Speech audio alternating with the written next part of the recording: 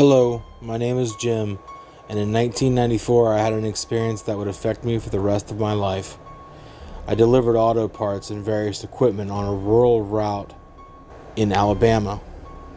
Guess you could call it the graveyard shift.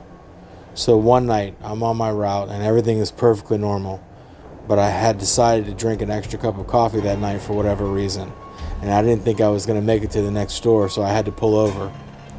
So I pulled over, opened the sliding door, pulled out little Jim, and proceeded to take a leak. That's when I heard the growl. It dawned on me fairly quickly that I was peeing on a creature.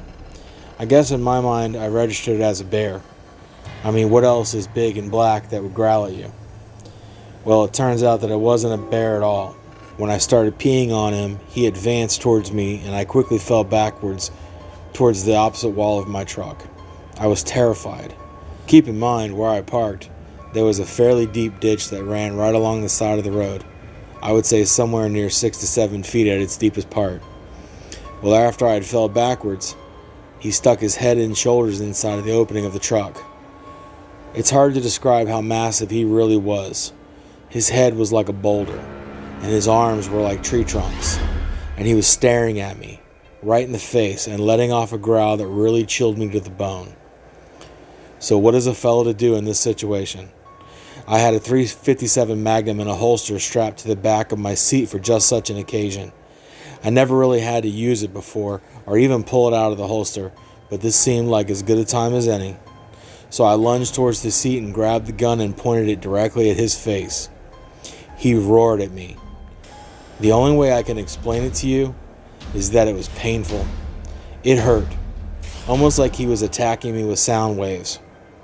At that moment, I realized just how silly I was pointing this gun at this creature.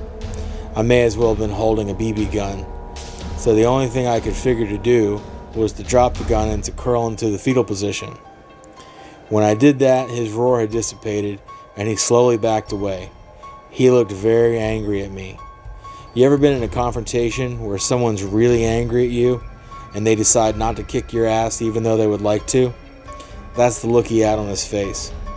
But at that moment, I felt that he had just spared my life for some reason. So as the big guy backed up and I realized that he wasn't going to kill me, my only thought was to get the hell out of there. So I jumped up, shut the door, and almost like in a movie, the moment I got up, heat lightning struck nearby and lit up the sky. I could see very clearly in the tree line that there were multiple creatures. I took off as fast as that old truck would go. I couldn't bring myself to go back to that road, and I called my boss and quit my job that day. I've never been back on that road. I've never really told my story to anyone. Obvious reasons. Jim.